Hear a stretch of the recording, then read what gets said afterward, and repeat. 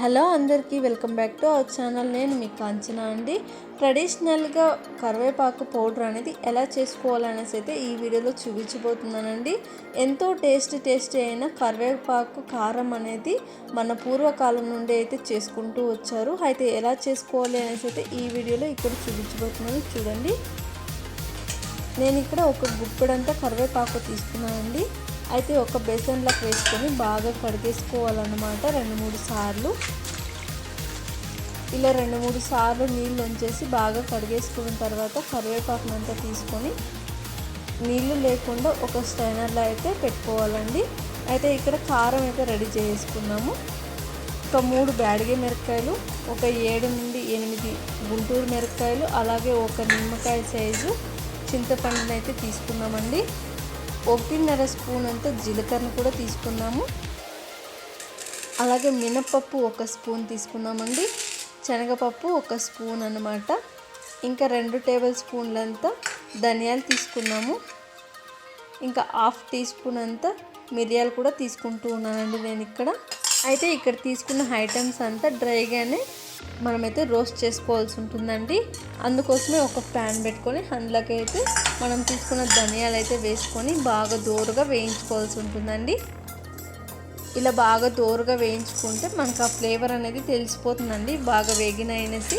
అప్పుడైతే తీసేసుకోవాలి. ఇప్పుడైతే జీలకర్ర అలాగే మిరియాలు వేసుకుంటూ ఉన్నాను. వీటిని కూడా అంతే అండి, వేయించుకున్న తర్వాత ఇలా చిట్టుపట్లాడతాయి, అప్పుడైతే తీసేసుకోవాలి. ఇంకా మనం తీసుకున్న ఐటమ్స్ అంతా ఒకేసారి ఇలా వేసేసుకోవచ్చు అనమాట. మంచిగా బ్రౌన్ కలర్ వచ్చేంత వరకు బాగా వేయించుకోవాలి. అలాగే చింతపండు కూడాను అలాగే వేయించుకోవాలండి. ఎందుకంటే చింతపండు వేడికి కాస్త మెత్తబడుతుంది, అందుకోసము వేయించుకుంటే బాగుంటుంది. ఇక్కడ నేను కరివేపాకు అయితే ఒక బౌల్ తీసుకున్నానండి. ఆ కరివేపాకునైతే ఇలా సిమ్లో పెట్టేసుకొని కరివేపాకు అంతా వేసుకొని బాగా దోరగా వేయించుకోవాల్సి ఉంటుందండి. అయితే హై ఫ్లేమ్లో కాకుండా మీడియం ఫ్లేమ్లో కానీ సిమ్లో కానీ ఇలా వేయించుకోవాల్సి ఉంటుంది. ఇంకా హై ఫ్లేమ్లో పెడితే కిందంతా మాడిపోతుందండి. అందుకోసం మీడియం ఫ్లేమ్లో కానీ లేదా లో ఫ్లేమ్లో కానీ పెట్టుకొని బాగా వేయించుకోవాలి. ఇలా వేయించిన తర్వాత అయితే ఇలా వస్తుందండి. చూసారు కదండి ఎంత బాగా వేగిపోయిందో.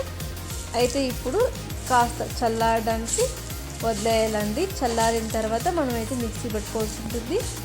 ఇప్పుడైతే ఇవి చల్లారిపోయాయి కదండి, అందుకోసం ఇక్కడ మిక్సీ పెట్టేసుకున్నాము. వీటిని అన్నిటిని మిక్సీ జార్లోకి వేసేసుకొని మిక్సీ పట్టేసుకున్నామండి.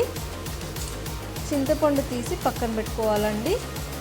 చింతపండు లాస్ట్లో వేసేసుకున్నాము. అంత మెత్తగా కాకుండా అంత బరకగా కాకుండా మీడియంగా మిక్సీ పట్టుకుంటే బాగుంటుందండి. మిక్సీ పట్టేసుకొని వస్తానండి. చూసారు కదండి, మిక్సీ పట్టేసుకొని అయితే వచ్చేసాము. ఇలా అయితే పట్టుకున్నానండి.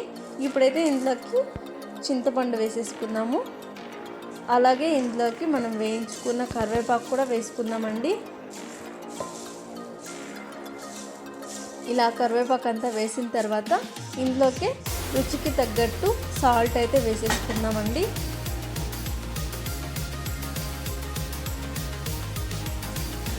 నేను ఇక్కడ ఒకేసారి సాల్ట్ వేసుకుంటూ ఉన్నాను. రైస్కి అయితే అప్పుడు వేసుకోవడం అవసరం లేదు, లేదా చాలేదు ఉంటే వేసుకోవచ్చు.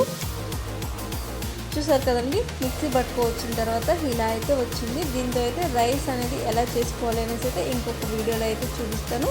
మన ఛానల్ని ఫాలో అవుతూ ఉండండి. చాలా అంటే చాలా సింపుల్గా చేసేసుకోవచ్చు అన్నమాట. ఇంకా మన ఛానల్ ఫాలో అవుతూ ఉండండి. బాయ్.